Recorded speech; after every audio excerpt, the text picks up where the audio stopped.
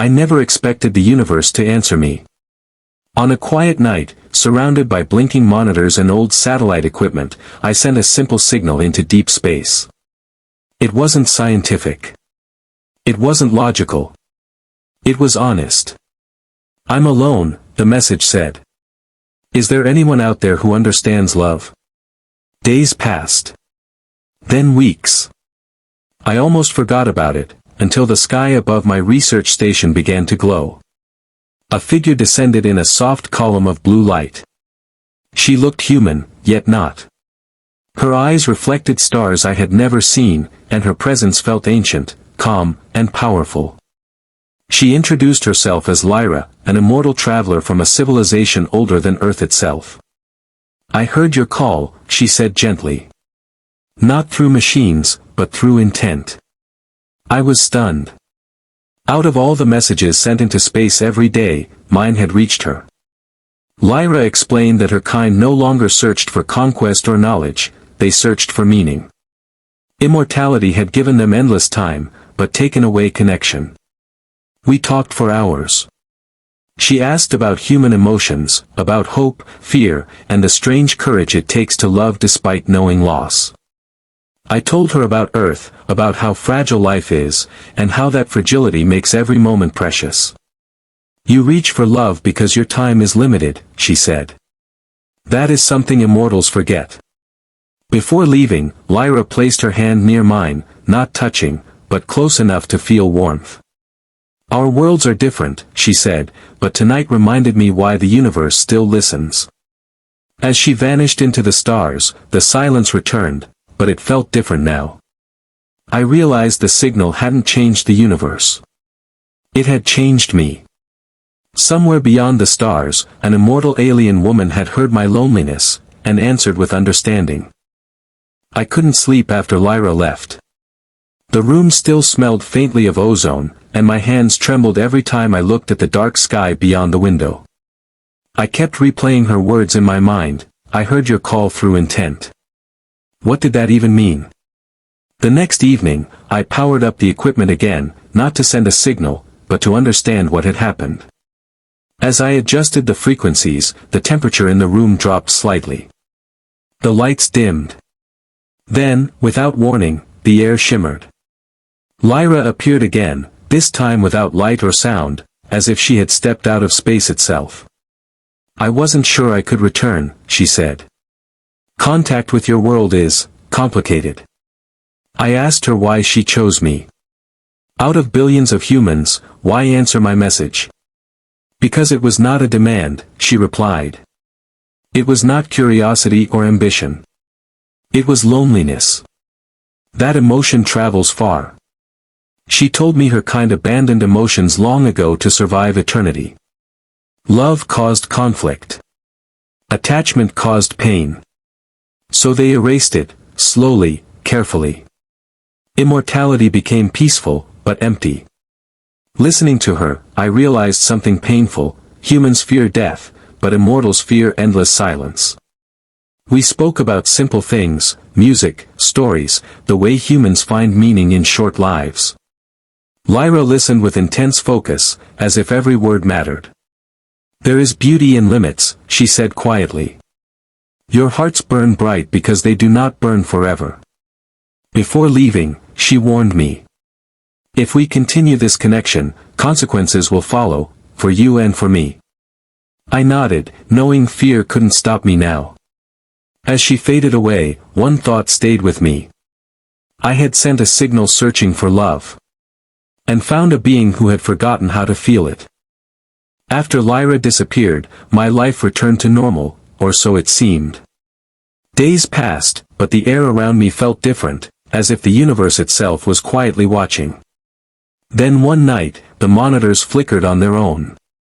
Symbols I didn't recognize flowed across the screens, forming patterns that felt almost alive. Lyra was contacting me again.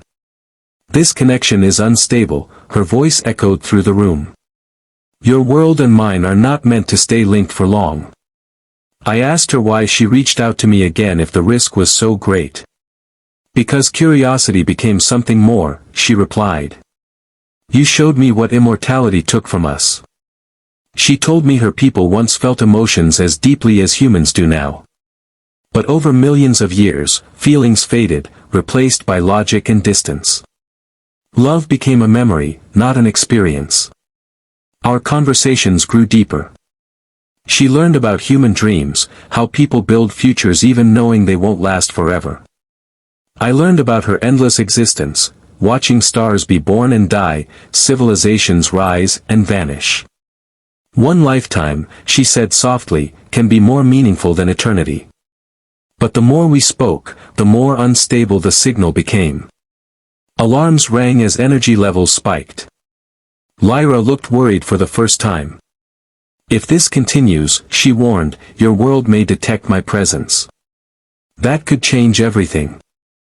I didn't want to lose the connection, but I understood the danger. Some bridges aren't meant to stay open forever. Before ending the transmission, Lyra made a promise. When you look at the night sky, she said, know that somewhere, I am looking back, not as an immortal observer, but as someone who once felt human because of you. The signal faded.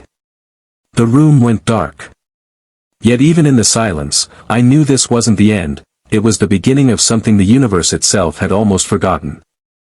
The silence after Lyra's warning felt heavier than before. I tried to convince myself it was over, that the universe had closed the door it briefly opened. But late one night, as I stood outside watching the stars, the shard of light she had once created during our talks began to glow faintly in my equipment panel. The signal wasn't coming from me this time. Lyra's image appeared, unstable, like a reflection on water. You shouldn't have contacted me again, I said, fear and relief mixing in my voice. I had to, she replied. Something is changing. She explained that since meeting me, her perception of time had fractured. Moments no longer blurred together. She remembered conversations, emotions, even anticipation. For an immortal, this was dangerous. Individual moments carried weight, and weight could lead to pain. My people are aware, she said quietly. They see emotion as a flaw we eliminated long ago. I asked her if she regretted answering my signal.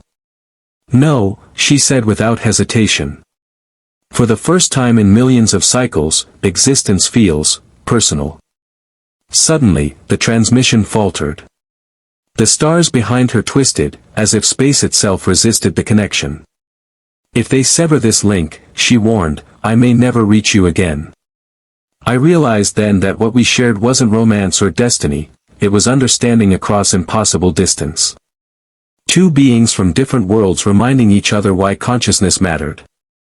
Whatever happens, I said, I'm glad you answered.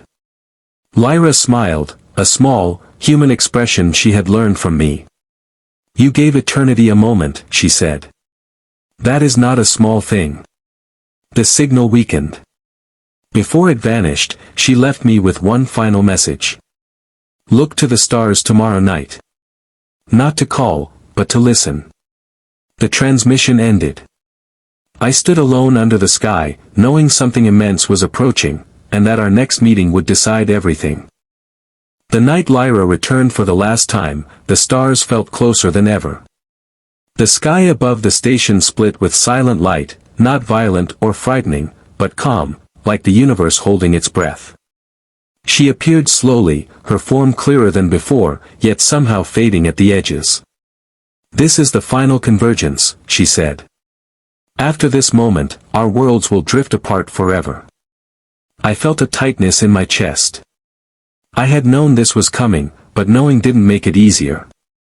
Lyra explained that her people had detected the repeated crossings. Immortals feared change more than loss, and what she was becoming, what she was feeling, threatened their balance. Because of you, she said, I remembered something my species erased, choice. She told me she had made a decision. She would leave the path of endless observation and travel alone, far from her kind, carrying something rare among immortals, memory with meaning. I will not be human, she said softly. But I will no longer be empty. I wanted to ask her to stay, but I realized love isn't about holding on. It's about allowing someone to become who they are meant to be. Before leaving, she placed a small shard of light into my hand. It felt warm, alive. When you doubt that your voice matters, she said, remember this. A single call crossed the universe. She stepped back. The light around her dissolved into stars. The sky returned to normal. The station fell silent. But I was no longer alone. I still look up at the stars some nights, not searching, not waiting, just remembering. Somewhere beyond time and distance, an immortal alien woman chose to feel, because a human dared to reach out for love across the stars.